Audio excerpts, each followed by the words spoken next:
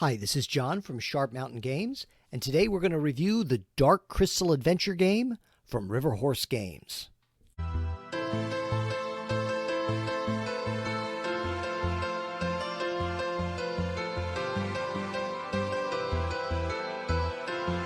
So let's take a look inside the book. And you can see it has a nice dust jacket, and it's by Janet Forbes and Jack Caesar. Janet Forbes did the adventure, and Jack Caesar did the rules for the RPG part of it. And you can see it opens up. Here's a big map of Thra with the Crystal Castle and where you can find everything. And oh, if I had only had this map when I was 12 years old. Now, the game itself, now it's 290 pages, and the game itself actually only takes up the first 44. And even you'll see that there's not a lot in there. It's a very sleek system. Most of the illustrations look like they came from, I think some are from Brian Froud, and some may be sketches from the Dark Crystal Age of Resistance game, the TV series. So you can see here's the character sheet. And most of this down here is like notes, is like adventure notes. So it's really only up here. Much more streamlined than, say, 5th edition Dungeons & Dragons or 3rd edition Dungeons & Dragons. And this is interesting because this is a calendar. So you start at day 1 and you work your way out to there. And you'll see that some of the dots that kind of look like beads are purple. And that's means you're in a darkened area. So when you get to that part, if you're on that day and you get to that part of the adventure, there's some special notes about how to run that day. And it talks about creating characters. And initially, it only gives you rules for creating the Gelflings. But they do give you 7 different clans, so there's some variety in there. Now, later in the book, if your first character dies, you have a chance to play as a podling or a construct, so there are some other options later on down the road.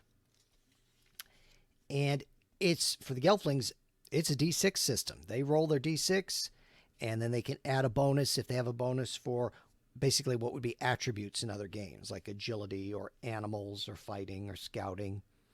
And there's 3 specializations under there, which are skills. And you can get some extra bonus points there. Only up to +3 is what it works out to. So it's a D6, and you're possibly going to roll up to +3. And you also pick a flaw. That doesn't really have a mechanical thing, but it's more for role-playing aspects of it. And you are summoned to adventure because it all starts out at the Mystics Valley, and they give you some reasons there. Here's some beautiful art. Again, I think a lot of this is from Brian Froud when he was designing the Dark Crystal. And then it talks about how you do this, how you roll for things and dream fasting. So all the things from the Dark Crystal are here. It's a very, very streamlined system. For example, when you fight, Gelflings are D6. So they roll a D6, and maybe if they have some combat skill, they can add a bonus, a +1, +2, or +3. And then it's an opposed roll. So you have to be careful because some of the opponents could be, especially if they're very strong, could even be a D10. So you're basically doing a D6 versus a D10. So in that way, you can't think of it the same exact way you would Dungeons & Dragons because you're not going to be killing a lot of monsters and taking their loot. It's just not that kind of game. It can be very dangerous. Fighting can be very dangerous. And in fact, when you fight, you really better think about team up. Maybe one person distracting to try and give a bonus for the person who's actually confronting a monster. And there's some player tips here, just like in any role-playing game. And, injury table, should mention that. Yeah, if you get too many injuries, and it doesn't take much to get there, there are some permanent possible consequences. You roll a D12. Number 1, return to Thra means you're dead. But there's some other things like missing eye and missing hand, twisted ankle, a scar, missing tooth. So there are some consequences to being foolhardy with the combat. And then there's some GM tips here. And some information, kind of a history. This is nice. They give you a list of the Skeksis and their corresponding mystics, their other halves. And there's a lot more here than just in the Dark Crystal movie. I should mention, too, that this adventure takes place just after the Dark Crystal Age of Resistance is kind of when it takes place, and that's the milieu they set it in. Although I think you could adapt it and move that around, certainly, if you like. So we're at page 49, and the whole rest of the book is the adventure. Now, this is not an adventure path in the exact same way that you might see in other games. It does give you a beginning here where you're summoned, and part of the idea is that the world is being overtaken with this darkening that's affecting all the plants and the natural life and the animals of the world of Thra, the world of the Dark Crystal. And if you could find these 7 different seeds and bring them back to the mystics, they might be able to stop the darkening. So that's kind of your overall goal. But it's really much more of a sandbox than, okay, do this from levels 1 to 2, do this from levels 2 to 3, or 4 to 6. It doesn't really work that way. Now, characters can improve. There are experience points and ways to improve your skills. But really, the whole rest of it is a nice tour of the planet. So they'll give you the general area, for example, the Silver Sea, and then some things that you can encounter there, like what would you encounter if you have on this ship. And they do give you random tables. So I think the idea is if you were playing this solo, and the system is simple enough to play solo, you could roll on these tables to see what happens, and then you don't even know who they're going to encounter. And also, every time you play it, it could be totally different. And I would say if you're playing it, and you're running it as a traditional game with a game master, you could just choose the ones that you like. You don't necessarily have to roll if you don't want to. And then if you're on one of those purple days, you'll see this box down here, the darkening. There, something special is going on, and you need to take that into account. Now, this is a giant ship that's actually alive, but this is a good chance to show you there are a number of these fold-out pages here, where they fold out to give you a bigger map and give you more information, rather than stretching it across other pages. Like here, the Dreaming Isles. So really what they try to do is give you the map, the main encounter areas, and anything else you need to know, all on every 2-page spread. So it's very, very easy. Let's say you just quick needed something for an evening. You could just open, okay, the Lost Island. That's what we're doing tonight. You have all the information and all the things that could happen right there on the 2 pages. There's not a lot of flipping back and forth. And the book is very, very well indexed. So just to give you an idea about some of the maps, if you look at this one, they're really more artistic kind of maps. There's no grids, there's no 5x5, but like here's a pirate cove, and there's like an inn and a place where you can sell your stuff. So you easily could convert this and use this for another game system. But like I said, you're not getting full battle map like Mike Schley style that you could use instantly. This one's nice. You can see they have the different denizens. You could roll to see who they end up talking to, some ships that might be in port.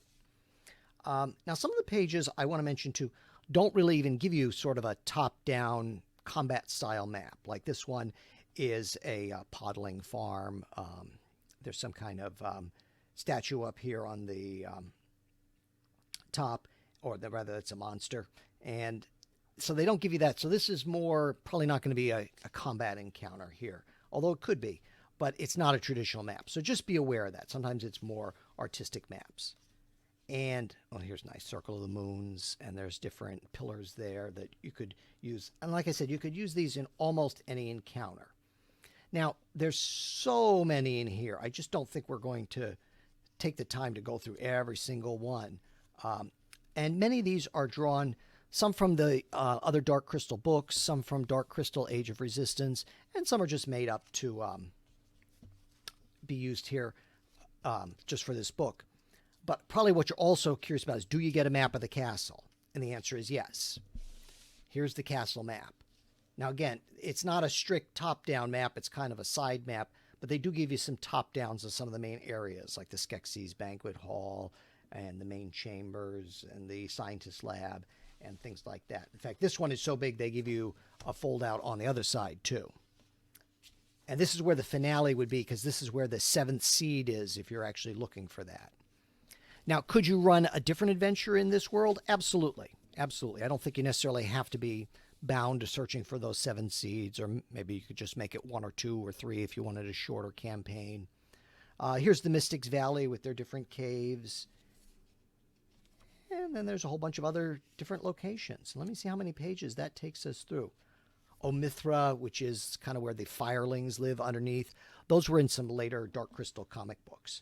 So all this adventure stuff really takes you up to page 249. So a good 200 full pages of setting information and possible encounters.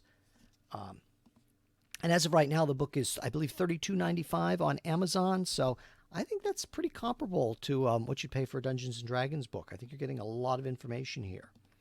Now, the toolkit at the end gives you some herbs, food and drink, different gear that they might use.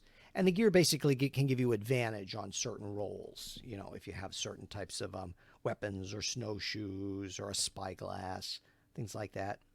And then there is a bestiary or a monster manual in the end with a lot of the monsters that were in both the movie and Dark Crystal Age of Resistance. And I know there's also a separate Creatures of Thra kind of book or Wildlife of Thra book. And I suspect that's where a lot of these illustrations came from. But they're very nice and they're all very consistent. They may have been done with a computer, but they all have that hand-drawn look that you would expect in kind of a handmade Dark Crystal world. And let's see. And then at the very end, they even give you, which they didn't have to do, they give you some pictures here of different things from the Dark Crystal and Dark Crystal Age of Resistance. So you get a nice little gallery here at the very end of things. And that's the book. Oh, one last thing. Almost forgot. You even get a bookmark. And the bookmark is almost a Dungeon Master screen. Can you imagine that? A Dungeon Master screen. And most of the rules fit here on the bookmark. And the ones that don't, they give you a link to the particular page number where you can find it in the book. And it tucks nicely in here. Now, of course, the real question is, well, should I buy the book? If you're a fan of the Dark Crystal, absolutely 100%. I do not regret my purchase at all.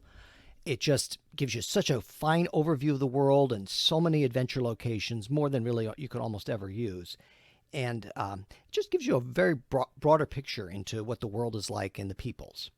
Now, if you don't want to run a game in the world of the Dark Crystal, or you're not a huge Dark Crystal fan, could you still get some things out of it to use in, say, another fantasy game like Dungeons & Dragons? Absolutely. There's an awful lot of adventure seeds, adventure locations, and I think it would be really easy. These Gelfling villagers easily could be elves or humans. The Podlings could be halflings. The Garthim could be underhulks or other kind of big monsters. So I think you could easily adapt it and use it, as a guideline. Now, one thing to be aware of course, if you're running Dungeons & Dragons, there's not 5e stats in here. And the maps, as you saw when we did the page through, they're very nicely illustrated, but they're not 5x5 square gridded if you're really into tactical combat and all that. You may want to redraw the maps or draw them on a battle map to use them. And as I said, you're going to have to do some conversions.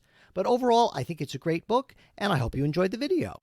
And if you'd like to see the products from Sharp Mountain Games, here's how.